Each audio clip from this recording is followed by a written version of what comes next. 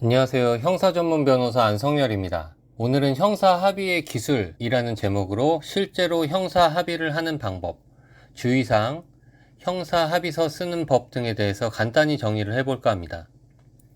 실제로 형사 합의는 합의금만 주면 되는 거 아니냐, 이렇게 생각하시는 분들이 많은데요.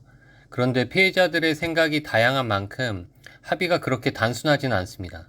저는 형사 합의는 순서가 있다고 생각하는데요.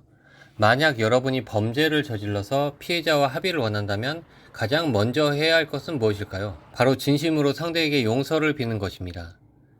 실제로 제가 맡았던 사건 중에는 처음에는 피해자께서 합의를 거부하다가 가해자가 수차례에 걸쳐 진심으로 자신의 잘못을 뉘우친다는 편지와 함께 용서를 구한 후 피해자가 마음을 바꾼 적이 상당히 많았어요. 이렇게 사과를 받아들여 피해자가 합의 의사를 보인 경우 합의금을 맞추는 것이 필요하죠. 이 부분이 사실 상당히 어렵죠. 당연히 피해자와 가해자의 입장이 상반되기 때문인데요. 보통 피해자가 1,000만 원을 원하고 가해자가 500만 원 정도를 제시할 경우 700만 원에서 800만 원 선에서 합의가 이루어지는 것이 보통입니다. 만약 액수 차이가 너무 클 경우 합의가 잘 될 수가 없겠죠.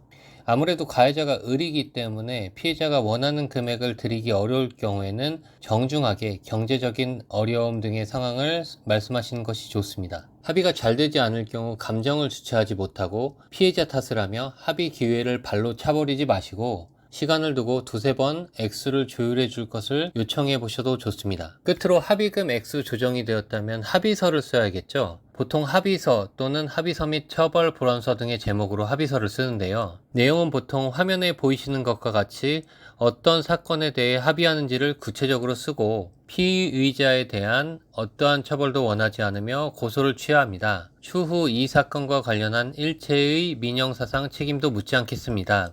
라는 등의 문장으로 마무리하는 것이 보통입니다. 고소인이나 피해자의 도장이나 사인을 반드시 하셔야 하고요. 그리고 피해자 분들께 당부하고 싶은 것은 합의금을 모두 수령하신 뒤에 합의서에 도장을 찍으셔야 한다는 것입니다. 돈은 안 주고 도장 먼저 찍어주면 추후 합의금을 준다고 하시는 가해자들이 많은데 경험상 합의서에 도장을 찍으면 절대로 돈을 못 받는다고 생각하시면 됩니다. 간단히 형사합의 절차에 대해 말씀을 드렸는데요. 최근에 수십 개의 형사합의를 했지만 그 어떤 합의도 쉬운 것이 없었습니다. 만약 형사합의에 자신이 없으실 경우 경험이 많은 변호사께 합의를 부탁하시는 것도 좋을 것 같습니다. 이번 영상이 도움이 되셨으면 좋겠습니다. 다음에 더 좋은 영상으로 찾아뵙겠습니다. 감사합니다.